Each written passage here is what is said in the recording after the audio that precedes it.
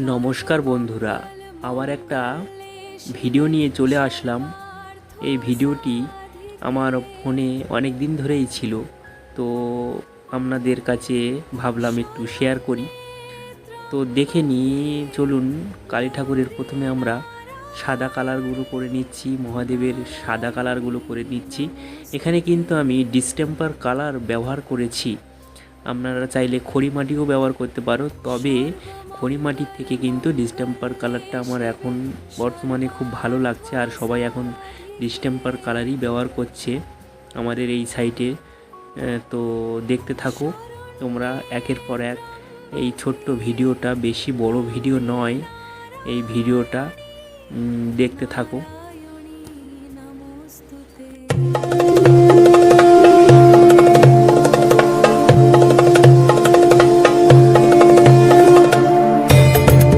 এদিকে কিন্তু আমি সাদা কালারগুলো করে নিয়েছি এবং বাকছালটার কালার করে নিয়েছি।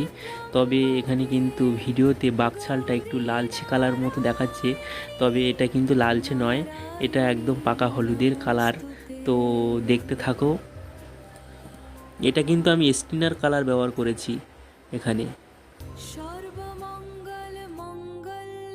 এবার দেখুন বন্ধুরা, আমি কিন্তু মা কালীর গায়ে রঙটা দিয়ে নিচ্ছি, কমপ্লিট করে নিচ্ছি। এখানে কিন্তু এটাও কিন্তু আমি ডিস্টেম্পার কালার দিয়ে তৈরি করেছি রঙটি।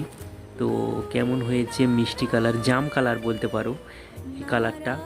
তো দেখতে থাকো বন্ধুরা, কমপ্লিট করার পরে কেমন লাগছে অবশ্যই জানাবে। ছোট ভিডিওটি দেখতে থাকুন, বেশি বড় করছি না, যেহেতু আমি ছোট প্রতিমা আর ছোট রং করছি, অনেকে ধৈর্য ধরে দেখে না, তো সেই কারণে কিন্তু আমি ছোট করে দিলাম। ভিডিওটি অবশ্যই দেখতে থাকুন।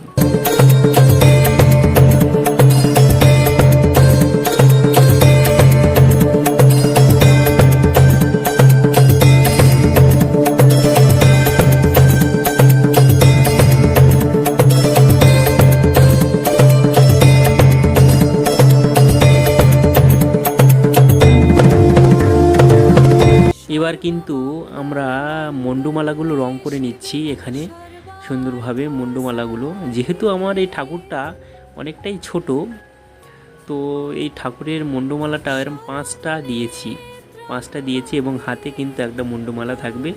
সব মোট 6টা মন্ডুমালা এখানে ব্যবহার করেছি আমি।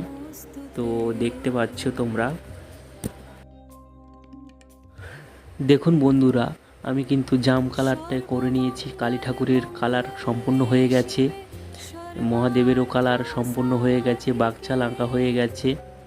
এবার কিন্তু শুধু চক্ষু আঁকতে বাকি আছে, আর মহাদেবের সাপটা আঁকতে বাকি আছে। দেখতে থাকুন বন্ধুরা, কেমন লাগছে অবশ্যই কিন্তু কমেন্টে জানান। আমি কিন্তু চক্ষু এঁকে নিয়েছি। এবার দেখুন বন্ধুরা, আমি কিন্তু গয়নাগাটিগুলো সাজিয়ে নিচ্ছি। তো দেখতে থাকো, কেমন লাগছে অবশ্যই জানাও কিন্তু।